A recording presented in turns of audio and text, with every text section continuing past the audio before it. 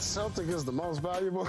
This is, you know what, Skip? You know what? Hold on, man. Hey, listen. What you get ready to do? Hey, listen, Skip. Look at all these props. You know those are bad for you. You know that, right? Skip. We got an abundance of riches in that locker room. Yes, you do. So you're not going to take a stand, right? It's an abundance. I mean, they both need each other.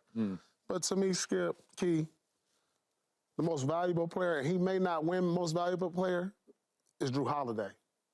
That's the move right there. Think about this. This is the same team they had last year. They even added Porziņģis. Porziņģis hasn't been on this run. Now, if you add Porziņģis to this team right now, you took Jrue Holiday off and you went to Dallas, I would have been more worried about winning this game. I think he's the glue to all of this because I think he's their team leader, and I think this is the piece that they've been missing. He brings the championship experience. He brings respect. He brings somebody that you can count on to do all the little things that help you win. And players love playing with a guy like that. Because think about this. You saw Jayson Tatum's interview after the game. What did he say about Jrue Holiday? I still don't know how we got him, but I'm just glad he's on our team. Pretty much. He could have spoke about anybody else. Jaylen Brown saved him in the second half. He could have spoke about anybody else, but he said, I don't know how we got Jrue Holiday. And how many times have you heard the players say that throughout the course of the year? To the point to where the Celtics ownership even gave him an extension this year. They was like, hold on, before, you got Derrick White who's in line for an extension, but this guy right here, they said, no, there's no way. We're not letting him go at all costs. We're going to extend him right now in the middle of the season. It's Jrue Holiday. And so he's the reason that they're going to win this championship. He was the missing piece. And, yeah, Jaylen is great.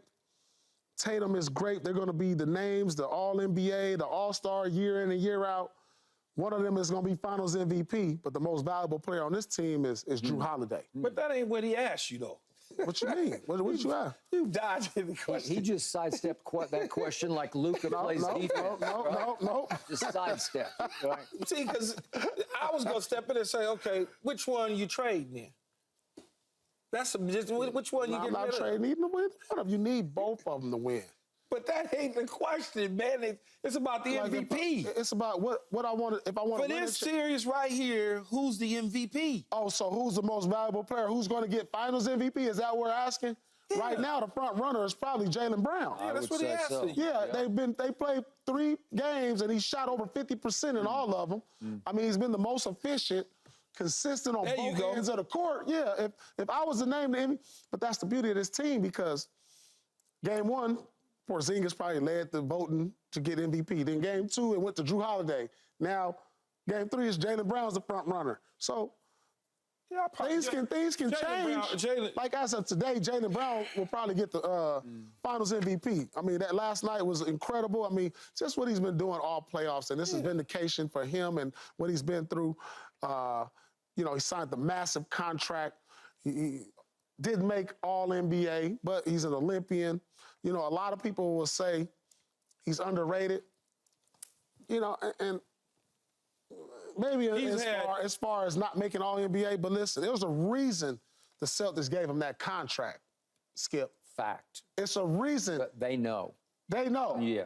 And that's why we're talking about, as of today, up 3-0, that this guy was worth every penny of it. Every penny of it, because right now, today, he could be the Finals MVP. And do I pay him to make All-NBA? No. Do I pay him to be an All-Star? No, we don't care.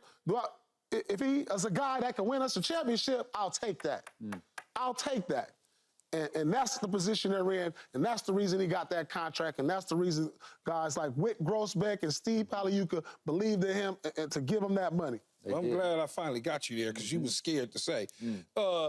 Jaylen Brown, for sure, is right now. The only way I see Tatum surpassing him, Tatum got to have 50, right? Jaylen, he's got to have 50 in the closeout game, and Jaylen's got to really struggle. But even if he get 50, but if Brown still get 30 in the finish, that's why I said Jaylen's got to struggle. Yeah, Jaylen's got to struggle because he's been pretty consistent in these 3 games. I mean, he's been pretty consistent, but he's had more splash moments. Even when you look at the dunk last night, that thing was like, oh my God. Yeah. Or even when you look at the last shot to close it out, at about, it was probably, what, a 15-footer? He knocked it down. You're talking about Jaylen. Jaylen, yeah, more 20 feet. It was 20 feet. There was more splash substance with some of the times that he's scoring. Even though, like the rebound, right? Tatum misses the putback, and then he all of a sudden gets it, boom. He's right there, right place, right time. Kyrie doesn't box him out. No. So when you start looking at some of those things, you like, he causes a 6th foul on Luka. You start saying, well, he's catching my eyes even more. So if I'm a voter there, as long as he stays consistent, he's going to walk away with the trophy. Plus, he has the momentum based on getting the Eastern Conference final trophy or whatever. He did. The Larry Bird trophy. Yeah, it was. The Larry Bird trophy. The Larry Bird trophy. So he has that momentum in his favor as well. Yeah. So, but they do both need each other on this particular team. Okay. Paul, you're right. You were so blessed to have both because they're both really, really good. Yeah. And they're still really, really young. They're just coming into their primes. They're just figuring it out. And there was, you could hear on the live mic, Jaylen on the sideline in a huddle saying, we're about to graduate, like we're about to figure this all out.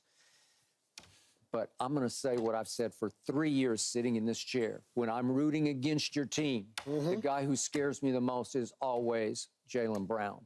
Yeah. Because he's got that look in his eye, that scary, I'm the ultimate dog look. And it scares me to watch him play because, man, he plays possessed. Last night in the second half, he played possessed. Yeah.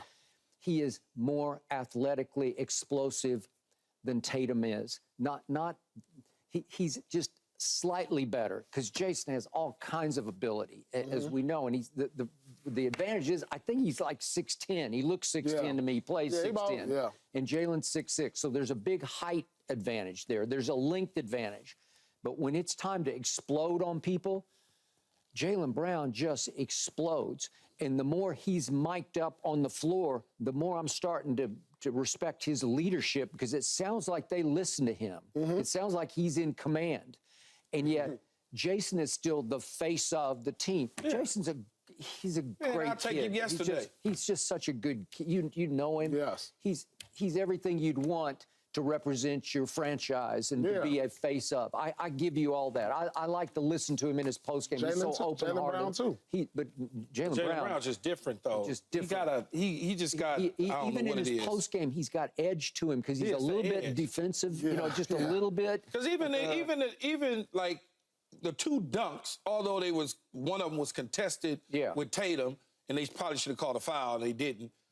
He went up with 2 hands, but it didn't give me that. He got fouled. No, he got fouled, but it didn't give me the jump out my seat, right? Yeah. When Brown went through the lane, it was like, it just felt different. It's like Tatum has a Anthony Davis feel to him, right? You look up. You know what? That's a good analogy. I agree. You look up and you're like, damn, AD got 40? How did that happen? How'd that happen? And that's the same way with Tatum. You look up, he got 30. You're like, he got 31? When did he do that? Okay, but they tag team beautifully last night because Jayson Tatum had 20 at halftime and got you back. You made the point. It kept you afloat. And then all of a sudden, here comes Jaylen and scores 24 in the second half because he had 15 in the third quarter. So you go, then I go. Your closer to me is still Jaylen Brown. I don't love Jayson Tatum in the fourth quarters. I gave you those stats. We'll get deeper into them in a few minutes. But the point is, when it was time for somebody to make the shot of shots last night, if we could see it one more time, is the one you referred to. Jaylen Brown's is a 20-foot shot on Tim Hardaway Jr., if we could see it at the end. It was the dagger. It was the final nail. This is it. He gets the switch pick. We had a chance to witness, though, and rips it. Okay. We're witnessing, and we've talked about dynamic duels all year long and best offensive duel, but this is the best duel in basketball right here.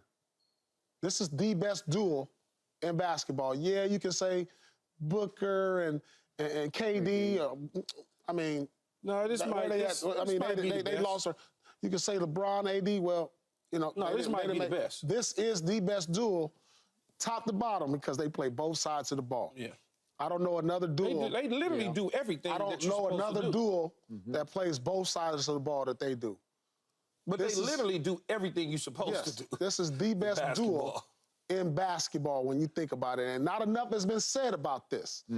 This is the best duel. Now, what's funny about that, there are nights when I watch your team and I say, when LeBron is still playing like he's 28 and AD comes to the party, there are nights when I say, I don't know if it gets much better than those two together. Well, if it's not resulting in the wins.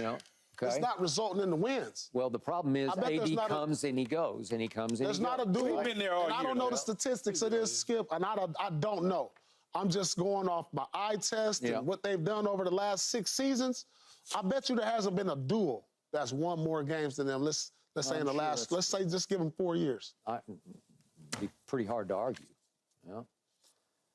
So, case closed, Jaylen Brown is more valuable than Jayson Tatum, right? Case closed. Want me to help you out here? No, they equally as valuable. We're talking about winning the championship. And here's the irony of last night. As great as Jaylen Brown was last night, by the way, very quietly, he went 2 for 9 from 3, so that wasn't great. No. But if you're not even thinking about that. I know, you just forget about it because in overall impact, you just feel like on both sides he just of the ball. surged ahead. I don't even think about it with Tatum. Tatum was 4 of 13 from 3. But he was hot early. Yeah. He carried you early. Yeah. Right? So, I mean, so it could go either way.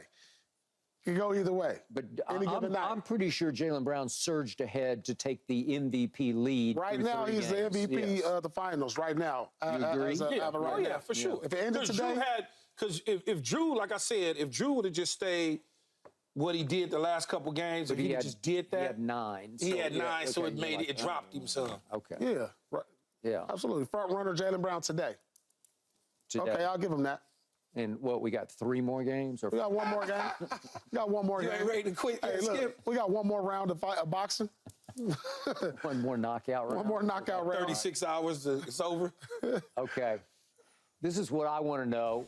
Thanks for watching, Undisputed fans. Do you want more highlights from the show? Make sure to click that subscribe button for all the exclusive content from Undisputed.